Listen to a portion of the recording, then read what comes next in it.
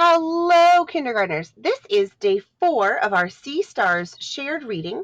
And so if you've been following along, you are ready for day 4 today. So for today, what I want to do is I want to really revisit this book, and then I want to talk about some really great information, some nonfiction information that's coming in this book. Okay? So let's go ahead and let's read this together. Sea Stars. Oh, yeah, we can go ahead and read the flaps too. No reason why not to. Sea stars are also called starfish. They live in the sea, but they are not fish. Let's read all about them in this book.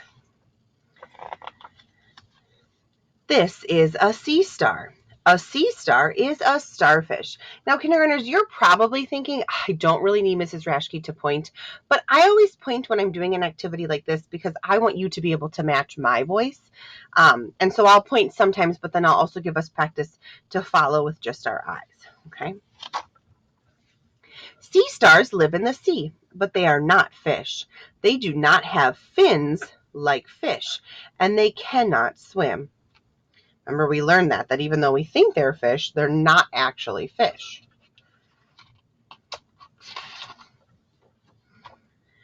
Most sea stars have 5 arms. This sea star has lost an arm. Sea stars can grow new arms. And remember, we learned that the sharks, rays, and seagulls like to eat sea stars. So chances are we think that's what happened to this sea star right here. And then we had these really cool pictures of other sea stars with all of their legs, or their arms, I mean, how they have more arms than 5 sometimes. And that's why it had the word most here, because they're saying like usually sea stars have 5, but not always. A sea star has about 100 little feet. The little feet help the sea star walk along the bottom of the ocean. I want to go back and reread that second sentence here. It felt very choppy. I was reading it by the line and not by the sentence. When I pay attention here, I notice that the sentence starts here and ends here. So I need to try to make my voice sound as connected throughout that whole part. So let's try that again here. The little feet help the sea star walk along the bottom of the ocean.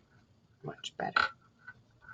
And we talked about how they're all a little bit suctiony so that they can hold on to stuff, right? Sea stars eat clams, fish, and other sea animals. When a sea star wants to eat a clam, it climbs on top of the shell. So here's that picture of it climbed on top of the shell here. It uses its little feet to tug open the shell and get the food inside. Some sea stars are orange, some are yellow, and some are pink. Here is a red sea star. You know what I'm thinking about is when I look at this page, look at these 3 different types of sea stars. And that makes me think about how there's different looking cats and dogs and people. And I just think that's so interesting. The color of a sea star helps it hide from fish that want to eat it.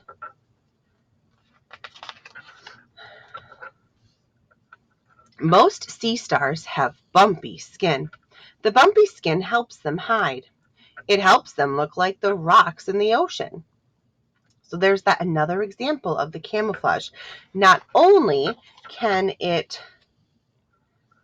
is it the color of the rocks and things that it hides around and sits around, but it also has this bumpy texture so that when other clams and rays, or rays and who else? Sharks, rays, and seagulls, when they see one, they might think it's a sea star, but then nah, it's probably just a rock because that's what it looks like, right? Sea stars have eyes. They have eye spots on the ends of their arms. A sea star's eye spots help it to find food to eat. So that we learned about, which was just so unreal. And then at the end, we had this great page where it talked about all of the different body parts, and we talked about adding in our different parts about this. These are 3 big important pieces of information about the feet. These were 3 really good information pieces about the arm. And then we had our glossary at the back: starfish, fin, clam, bumpy, eye spot. And kindergartners, we did learn these 3 really great pieces of information this week. We learned that how many arms do most sea stars have? They have 5 arms. What happens when a sea star loses an arm? It grows back. And then this one, how does a sea star eat a clam? We learned that it uses its feet to hold the shell and that it opens it up so it can get the clam out the middle. Kindergartners, I want to go into this page here about the eyes. You know, what I find so great about reading a wonderful nonfiction book is that it can help us in our writing too. So in this page, kindergartners, this page is all about the eye spots. And in this page being all about the eye spots, we learn that the main topic, the main idea of this page are the eyes. The eyes of a sea star. And we learned some really big information. The first thing we learned about eyes, can you think about what we learned that was a really big piece of information about these sea star eyes? They have eyes. What do we learn? They're called eye spots. Well, that's right there. They're called eye spots. Another big piece of information that we noticed is, where are they located? Are they in by the mouth? No, because the mouth is underneath. And if the sea star is moving around and the mouth is on the bottom side of that, it's not going to be able to see. Where are they? At the ends of their arms. Okay, so at the ends of their arms. That's so cool. Now, is there one more piece of information that we learned? I feel like this book has such great information that I'm sure it would give us a big 3 here. Let's see. They have eye spots on the ends of their arms. A sea star's eye spots, help it find food to eat. Oh, okay. Help find food to eat.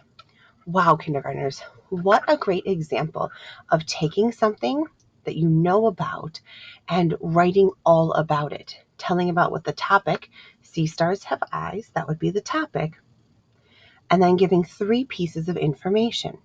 They have eye spots, they're at the ends of their arms, and they help them find food. So we want to think about that whenever we're writing an all about book or we're trying to teach information. We want to use books like this to give ourselves some ideas on how to do that.